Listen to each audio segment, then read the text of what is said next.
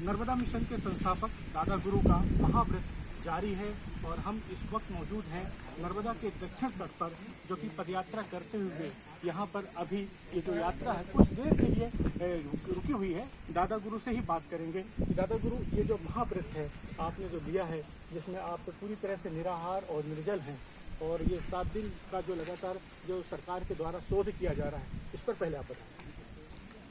ये साधना, ये महाव्रत हमारा तो ये साधना है, और ये साधना प्रकृति केंद्रित और नर्मदा पर केंद्रित जीवन शैली और उसकी व्यवस्था पर है।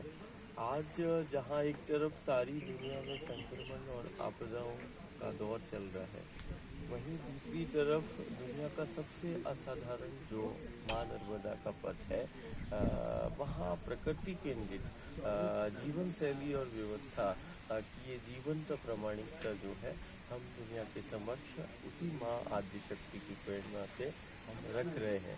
इस महाव्रत का पीछे या इस साधना के पीछे केवल सदी का यही संदेश छिपा हुआ है कि प्रकृति केंद्रित जीवन शैली और जो प्रकृति केंद्रित व्यवस्था है, वही देश, दुनिया और समाज को सबसे व्यवस्थित, सबसे सुरक्षित जीवन दे सकती है।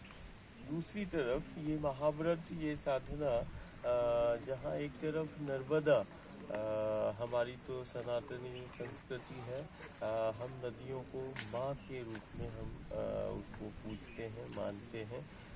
दुनिया तो सिर्फ जन्म देने वाली को माँ कहती है, लेकिन हमारी भी सनातन संस्कृति है, हमारी मान्यता है कि हम जीवन देने वाली को और पालने वाली को भी माँ कहते हैं। और देखो, ये जो नदी के रूप में दिखाई दे रही है, ये नदी के रूप में हमें प्रत्यक्ष शक्ति प्राप्त है। नर्मदा के रूप में भारत को प्रत्यक्ष शक्तियाँ प्राप्त हैं, गंगा के रूप में, यमुना के रूप में, गोदावरी, कावेरी के रूप में। ये दुनिया के लिए नदियाँ हैं, हमारे लिए ये प्रत्यक्ष ये शक्तियाँ हैं, जिन पर हमारा जीवन केंद्रित है, हमारी व्यवस्था केंद्रित है, हमारा धर्म, हमारा अस्तित्व, सब कुछ इसी पर केंद्रित है।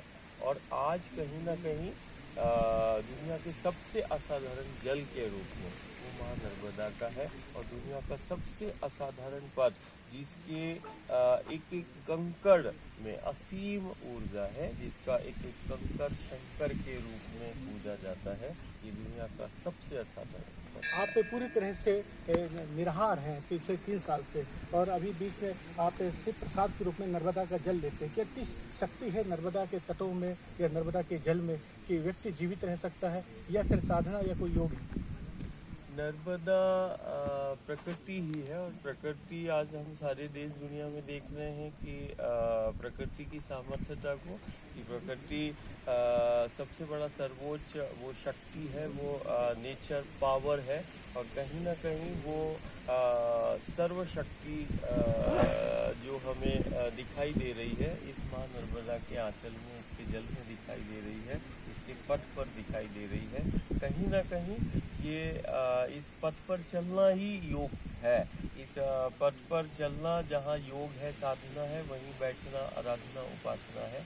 इस दुनिया का ये सबसे असाधारण पथ है जो हम दुनिया के समक्ष लाने का प्रयास कर रहे हैं, कि सिर्फ भूमंडल पर सिर्फ नर्मदा का एक पथ है, जिसके एक एक कंकर में, पत्थर में, पेड़ों में, शिलाओं में असीम ऊर्जा है।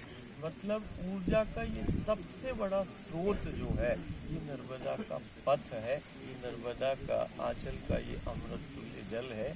जिस जल का सेवन करने से या जिस पथ पर चलने से, ये हम 3 वर्षों से अधिक समय से हम सिर्फ देश दुनिया को यही बताना चाह रहे हैं कि प्रकृति के समीप आए और सबसे बेहतर जीवन को जिए। तो ये जो दादा गुरु नर्मदा का हर तट, नर्मदा का हर कंकड़, नर्मदा का जल और नर्मदा के आसपास का जो वातावरण है, पूरी तरह से सकारात्मक ऊर्जा से भरा हुआ है। नर्मदा का तट जीवन जीने की कला सिखाता है और जीवन कैसे जिया जाए ये बताता है। तो नर्मदा मिशन के संस्थापक दादा गुरु का पूरा इसी पर जोर है, और प्रदेश सरकार भी लगातार उनके इस निराहार व्रत पर, महाव्रत पर अब शोध कर रही है। शोध का 6वां दिन है, और निश्चित रूप से ये जो है उनका जो महाव्रत है वो जारी है और सफल होता दिखाई दे रहा। उम्मीद की जानी चाहिए इस सरकार से कि इस पर भी आगे रिसर्च करे कि वाकई में नर्मदा के जल में क्या इतनी शक्ति है। समय के लिए जबलपुर से राजू।